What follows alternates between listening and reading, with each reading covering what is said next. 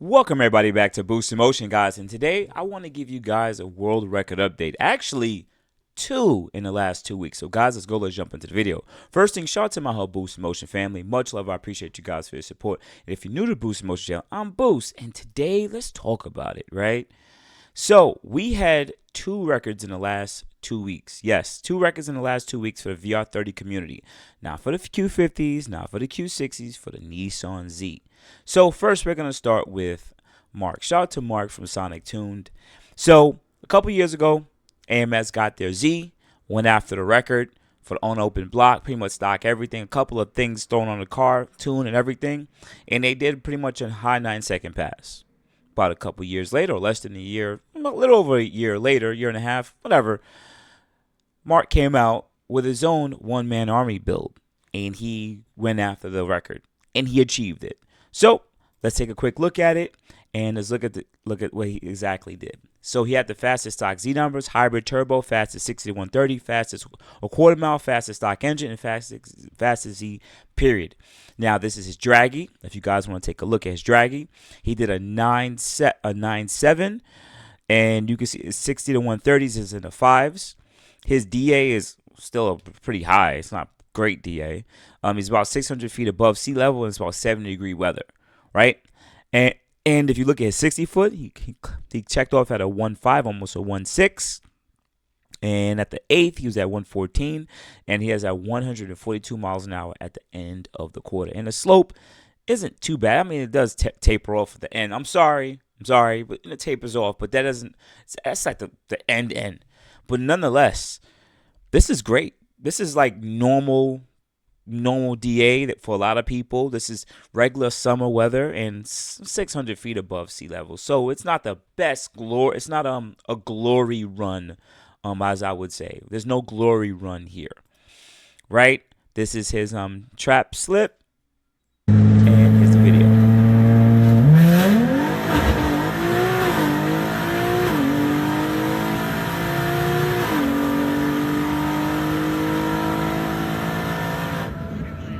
Beautiful.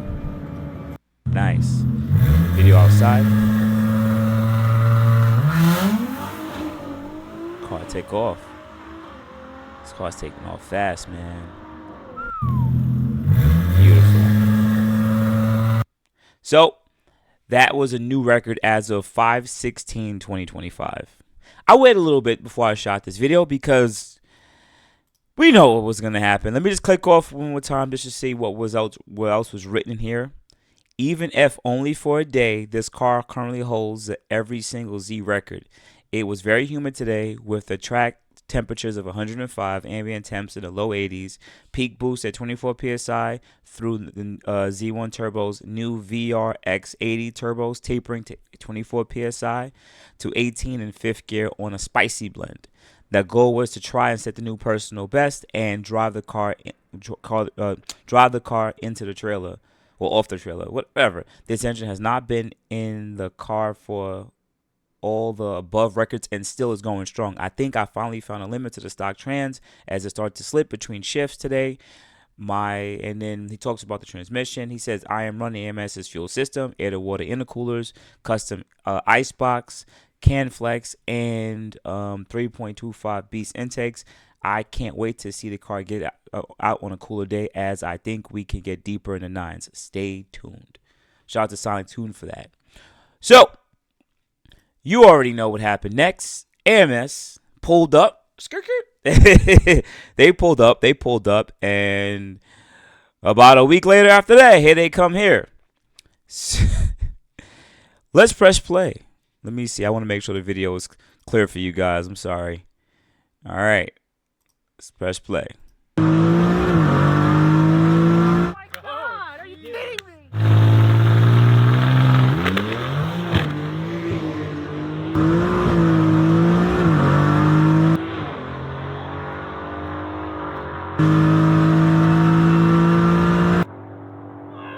Oh my God! So almost 150 miles an hour. Oh my God!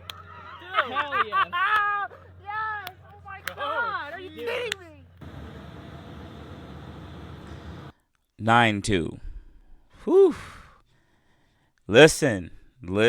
Shout out to AMS Performance for doing that. They were not playing. So let me just quickly read what they wrote here. I think I have the video a little bit zoomed out, so bear with me. So this is what they said over here in the corner. Oh, did we say we only went 947? Yes, they had an earlier video. That was their slowest time. This is actually the fastest. We meant 923 at 149 miles an hour. Not only a new record for the RZ34Z, but overall VR30 platform record by a wide margin. And as we added bonus, the first Z in the 4 is 60 to 130 at a 4.92. This is a fast car, dude. Being in the 4s is very quickly, as AMS is going to state, this is a stock unopened block. That's really, really good for the VR30. Remember, there are Q50s in the 5s on stock block, but seeing this car do it, because obviously it's a lighter car, it's going to be able to get there. Still on stock, unopened engine, stock untouched transmission, no nitrous, no funny business, just a catalog of parts we've developed for the platform over the last handful of years, and a whole lot of hard work from our AMS team. Now what? Turn the dial up by way of our engine program. This is what we can do with 800 wheel horsepower. What could we do with 1100? So now this is the world's quickest and fastest at 9.2 at 149 miles an hour, and the world quickest and fastest VR30 at 123. So they give us, man, and they saying this on the hub dyno equivalent. This is about 870 wheel horsepower. Now, this is their track time slip, right? I'm gonna be fair. I'm gonna be nice. Right, I got time today. I love to compare the track slips. Let me just move myself slightly out the way so you don't have to look at me. All right, cool. So remember, this is Mark's slip. If we could take a look, he looks like he pulls about a 1.57 60 foot, right?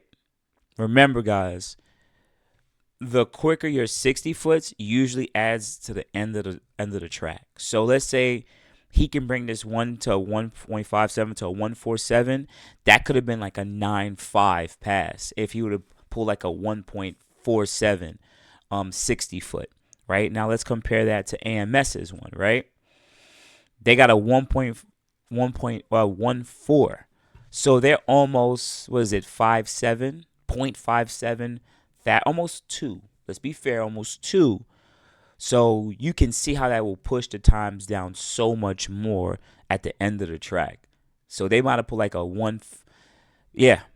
So if he would have pulled like a 1.45 or even something closer, he might have been like a 9.5.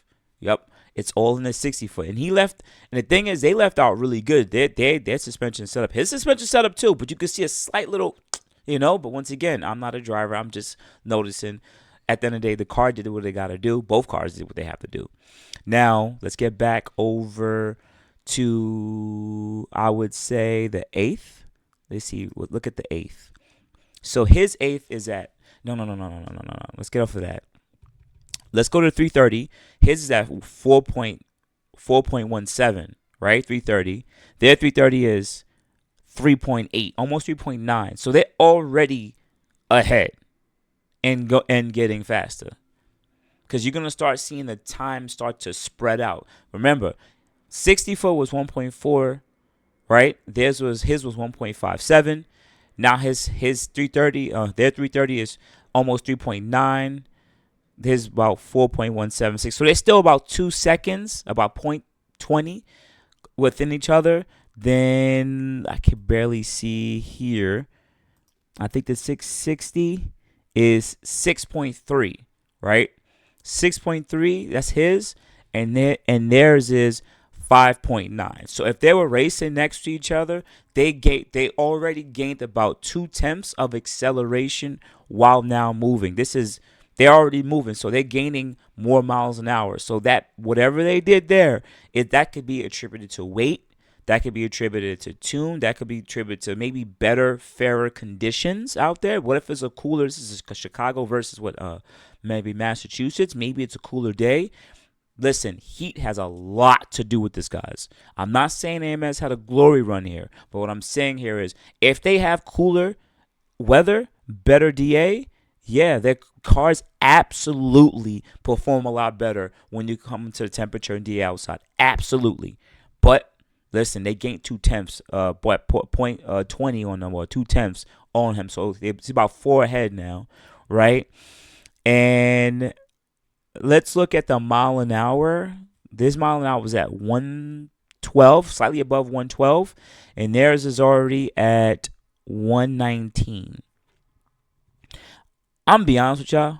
Once again, this could be attributed to weather, DA, maybe even weight of the car, but to gain that much more, it also could come down to the tune. But even then, that's almost 7 miles an hour, or 7 or 6 miles an hour more on top. That moves out. I'm not gonna lie. I don't know if let's say everything was the same, right? This is just me, guys, just talking, okay? Theoretically, all right? I'm not trying to be like a very knowledgeable person. I'm just thinking theoretically here. If everything's the same and a car is 6 miles an hour faster, that could be like 90 more wheel horsepower, almost 100 more wheel horsepower. I think it's either 70 or 90. Someone will correct me in the comments. 70 or 90 more wheel horsepower to gain another 5. I'm saying if everything conditions are the same for both cars, that's a big difference. That's a big difference. I just want to put that out there. I'm just saying, but I know it's two different tuners, two different everything. And then now we can look at the final times, right? He did a 9.736 at 143, right? Remember, I said the 60 foots have a lot to do with it. If he would have had a harder 60 foot, let's say he matched the 60 foot. Just give him that. Let's say he matched the 60 foot. He took off fast. It would have still came off to the tune, possibly, whatever. But he would have probably did like a 9, and everything else the same. He probably did like a 9.5 if his 60 foot was better, right? He probably would have did like a 9.5. I'm assuming the car would have probably been a little different too. Now theirs, they did a 9.2 at 149. They had 6 to 7 miles an hour on top of him. That, once again, that's a lot. Once again, two different conditions, two different states and not hemispheres, but it's very far apart. But even then, if they would have did like his same 60 foot, let's just say they had a crappy 60 foot, because they still could have trapped a similar mile an hour, but a crappy 60 foot, they would have only been like 9.4, 9.5. Or like a 9.4, because they still had the top end speed to gain a little bit on the bottom half. But if he did the very similar 60 foot, it probably still would have been like a 9.4 pass, 9.5 pass, maybe. So he would have had to pull a crazy 60 foot, but then he would have lost on the top end because they would have just had more mile an hour to pass him. If this was like a grudge match, first out, yeah, of course, they would have won. They would have had to beat him everywhere. They would have outclassed him everywhere. So, shout out to Sonic Tunes. Shout out to AMS Performance. Shout out to the VR30 community, man, doing their things. And I'm really happy to see that they're pushing the Zs this hard. I'm really happy to see that. I'm really, really, really happy to see where the VR30 platform has come. And I mean, I know that the Zs, when I was looking at the different Facebook groups, like the Z group exploded. Like, they're a lot bigger now compared to, like, the Q50 group took forever to get big, but like the Z group is like huge. So there's definitely a following for the Nissan Z, and I could see in the future this Nissan Z still being around for quite a long time. Just like the old Zs, this one's gonna be here for quite a long time. So people really gonna be paying attention to this platform. So shout out to both competitions here, man. I love it. I love to see it. Both of these cars were probably stripped. Both these cars are doing what they got to do. And shout out to Sonic 2 for being one-man army at this. Like, come on, you can't beat that. Shout out to AMS too. I mean, y'all gods at this. But at the end of the day, it's still good to see one man go against a whole army, a whole AMS army. You know what I'm saying? So I love to see the competition. Love to see what Mark is going to do in the future and see if he can get those times as close as possible. But Now seeing where it is with the Z's, so are Z's actually fast depending on mods? Absolutely. The weight has helped it over the VR30, and I'll be honest with you, now seeing where it's at, yeah, the Z is gonna be in the eights. We could see it. Let's be honest. The Z is going to be in the eights very soon.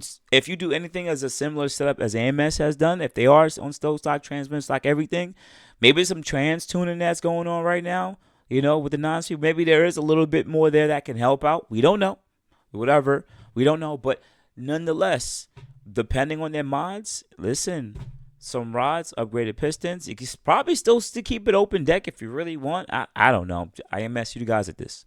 But if you do closed deck and all that, like another 300 horsepower, this car is going to be in the mid eights. Now we're going to really see where the car really sits. But it's going to be in the mid eights.